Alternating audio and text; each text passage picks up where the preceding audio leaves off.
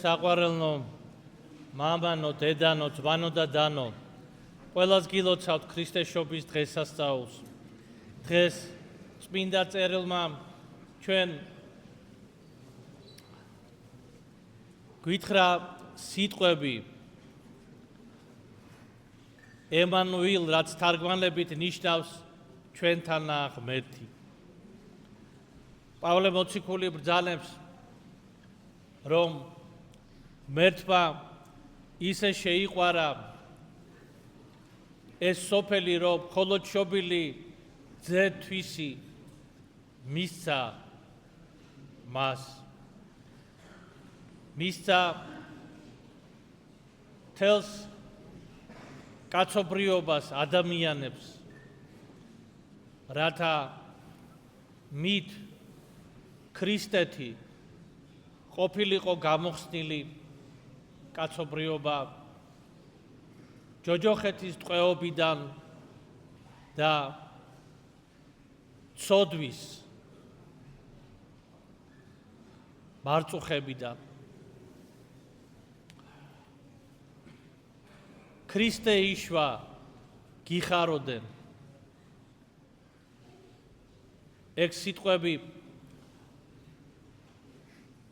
როგორც არასდროს ამ არაჩვეულებრივ ღამეს აღავსებს მორწმუნე ადამიანის გულსა და გონებას. რამე თუ იშვა მხსნელი კაცთა მოდგმისა, მან შეიმოსა ჩვენი ადამიანური ბუნება, აღიზრდებოდა, კაცდებოდა და საბოლოოდ ჯვარცმიცა და აღდგომით მოგვანიჭა ჩვენ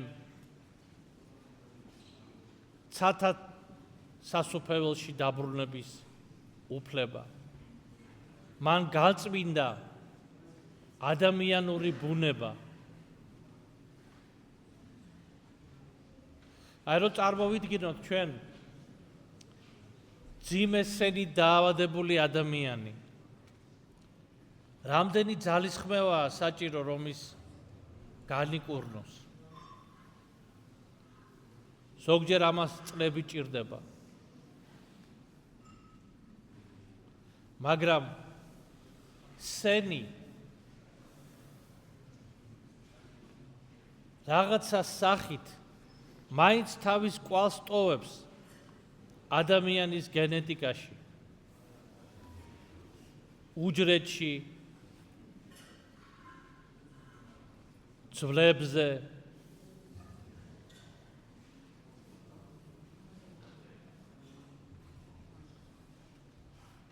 ქრისტემ კი ჩვენ გაგკურნა ძვირფასო ძმანო და დანო სრულებით.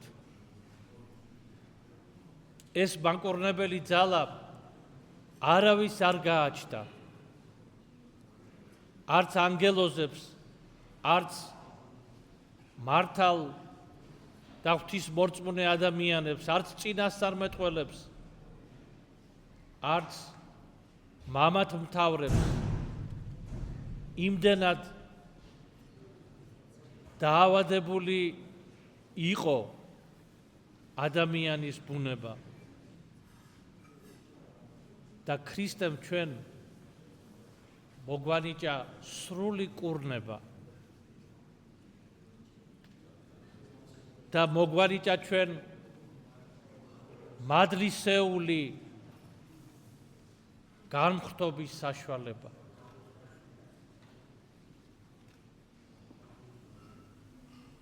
ქრისტეს მადლით, სულიწმინდის ძალით ადამიანს ძალუც მიემსგავსოს ქრისტეს.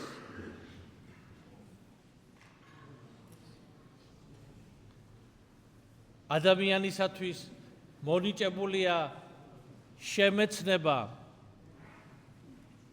ღვთაებრივისა და სამყაროსი.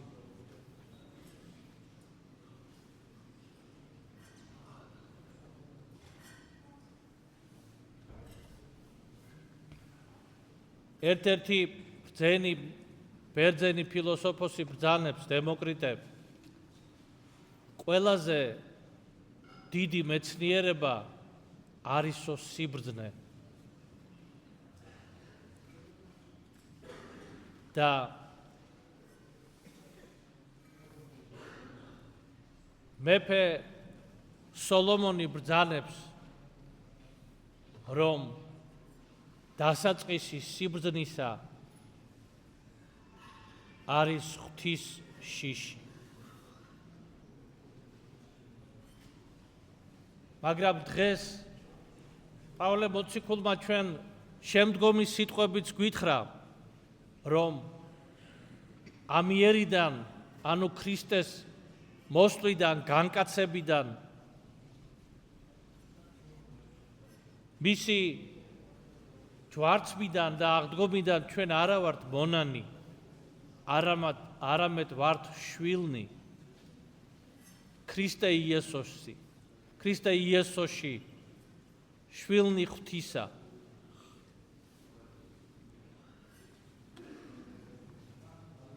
და ვიღაცა შეიძლება იფიქროს, რომ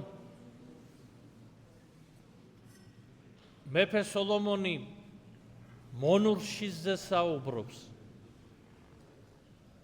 შიზზე, რომელიც გააჩნდა მონას თავისი ბატონის წინაშე, რომ ვაი, რამე არ დავაშავო და სასჯელი არ დავიმსახურო. არ მომკვეთონ ხელი ან თავი საერთოდ.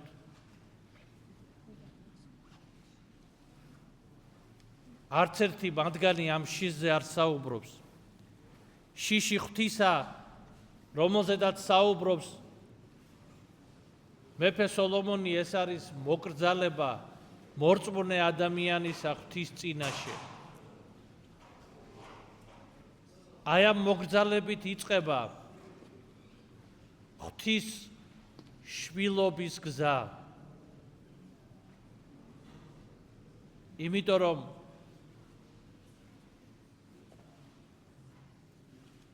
მოყვარული შვილი ყოველთვის თავის მშობელთან მიმართებაში არის მოგრძალებული და დამჯერე. აი ამ მოგრძალებაზე და დაჯერებაზე საუბრობენ წმინდანები, საუბრობს პავლე მოციქული, მეფე სოლომონი, მეფე დავითი, ეკლესიის წმინდანთა დასი. და აი ამ მოგრძალებას ადამიანი შეყავს სიბრძნეში, ძვირფასო ძმანო და დანო. აი დღეს ბევრი ახალგაზრდა არის ტაძარში. ბევრი იყო. ახალგაზრდებს აქვთ წყურვილი ცოდნის შეძენის და ასეც უნდა იყოს. ახალგაზრდულმა შემეცნების სურვილმა უნდა გააცნოს ადამიანს სამყარო, გააცნოს მეცნიერებანი, მაგრამ გაცნობას და შესწავლას აქვს სხვადასხვა სახე, ძვირფასო ძმანო და დანო, ძვირფასო ახალგაზრდებო. სხვადასხვა სახე აქვს.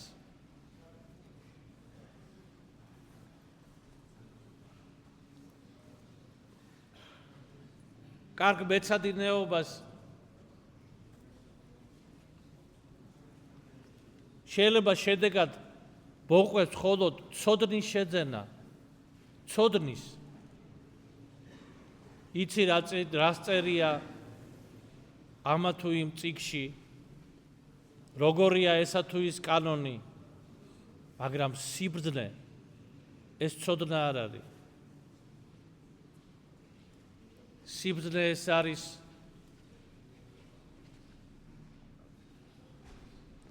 ცხოვრებისეული გამოცდილებით.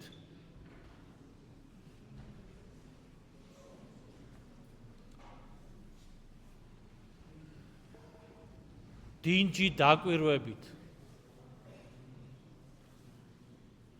და ღვთისაგან მოცემული მადლით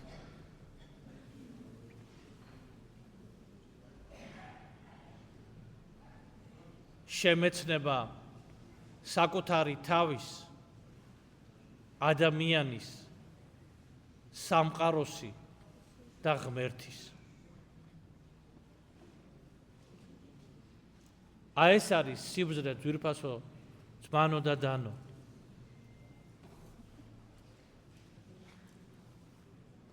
თუ ამგვარი არ არის ადამიანის შემეცნება, გზა შემეცნებისა, მაშინ ადამიანი ვერასოდეს ვერ გახდება ღვთის შვილი.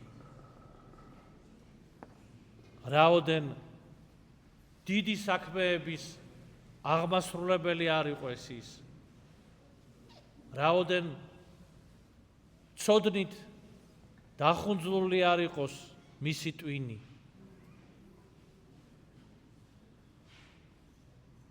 კირილე ალექსანდრიელი ეს დიდი მამამ მეორე საუკუნისა მოციქულთა მოწაფე ის ამბობს, ჭეშმარიტი ფილოსოფოსი არის ის,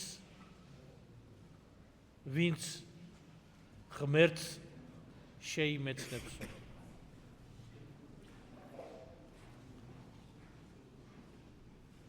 ხოლო ღმერთის შემეცნებით შეიმეცნებს სამყაროს და მის კანონებს. და ეს შემეცნება ძვირფასო ძმანო და დანო ხდება ღვთის სიტყვით აღსრულებით. წმინდა წერილის სიტყვების აღსრულებით. ეს არის გზა. ჩვენ მგონია რომ წმინდა წერილი ჩვენ გვიწესებს რაღაც შეზღუდვებს, მაგრამ სინამდვილეში ეს შეზღუდვები კი არ არის. ეს არის ის კანონები, რომელიც წარმოადგენს კანონზომიერებას ადამიანის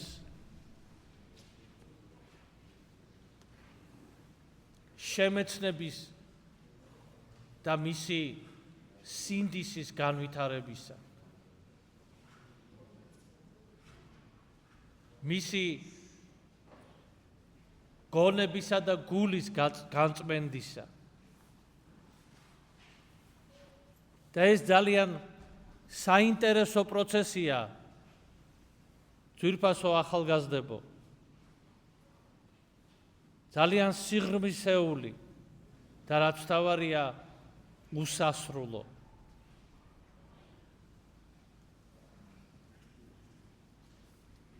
თავარია მოვინდომოთ ჩვენ.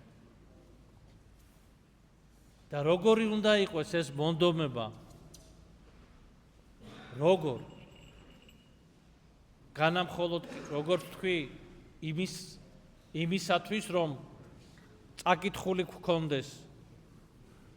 ან განამხოლოდ თუნდაც წაკითხვის შემდგომ რაღაცის დავაპიროთ ჩვენ კეთება და ვაკეთოთ ეს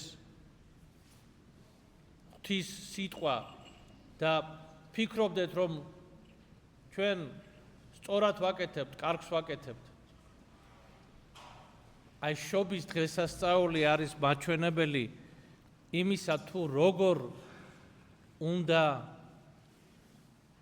ეძიებდეს ადამიანი ამ სიბრძნეს, ეძიებდეს ღმერთთან ურთიერთობას.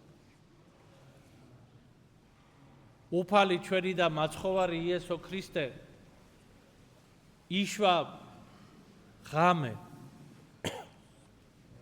როდესაც ვერ იპოვეს იოსებმა და მარიამმა ვერანაირი თავშესაფარი, მინდორზე, სადაც იყო წყემსების ბოსელი,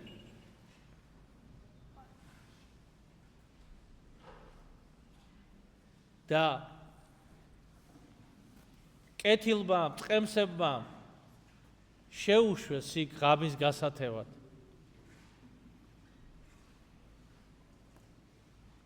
და მათმა უბრალოებამ და სიკეთემ წყემსებისა ისინი გახადა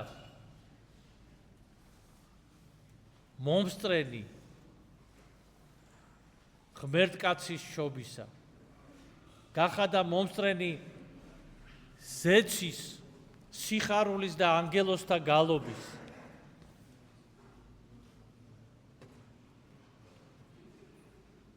და კაცობრიობისათვის ახალი ეპოქის დასაწყისის, ახალი ადამიანის დასაწყისის რამე თუ ბრძანებს მოციქული პავლე, რომ განვიმოსოთ ძველი იგი კაცი, ანუ კაცი ცოდვილი, ცოდვიანი, ცოდვით შეპყრობილი და შევიმოსოთ ახალი იგი ქრისტეში, კაცი მადლიანი, კაცი ცხოვრებისათვის მომზადებული.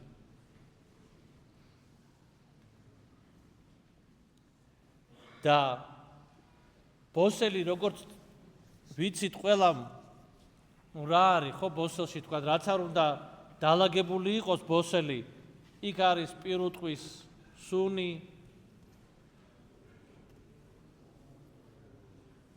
თივა, ნეხვი და ასე შემდეგ.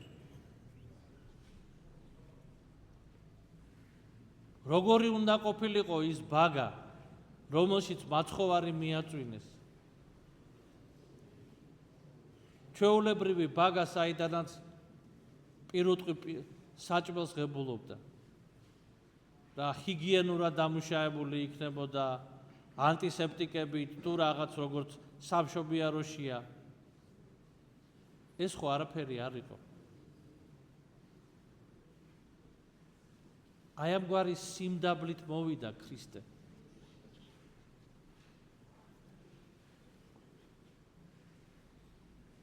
არაფერი არ მოუთხოვია. ღმერთი ამგვარად მოვიდა. არ მოვიდა როგორც ძველი სამყაროს ღმერთები, ზევსი, იუპიტერი და ასე შემდეგ, რომლებიც სწორწლიან ისრებს და ჭექა-ქუხილს, ესე თქვათ, მოუვლენენ სამყაროს და დაანგრევენ ყველაფერს. ასეთი წარმოდგენა ჰქონდა ადამიანს წარმართობაში. და დღესაც ასეა წარმართობაში ვინც არის.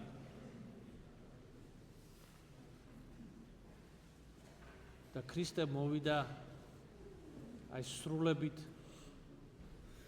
მოუთხოვნელად. ვის დაავალა დამხვდითო? შემხვდით ორკესტრით, თუ საჯარისო აღლუმით.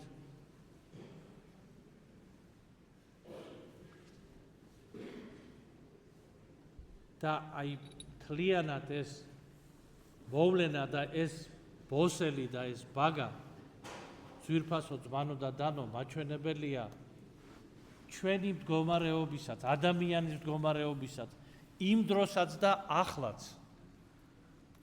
აი ასეთი დანაგვიანებული არის ადამიანი სული ქრისტეს გარეშე.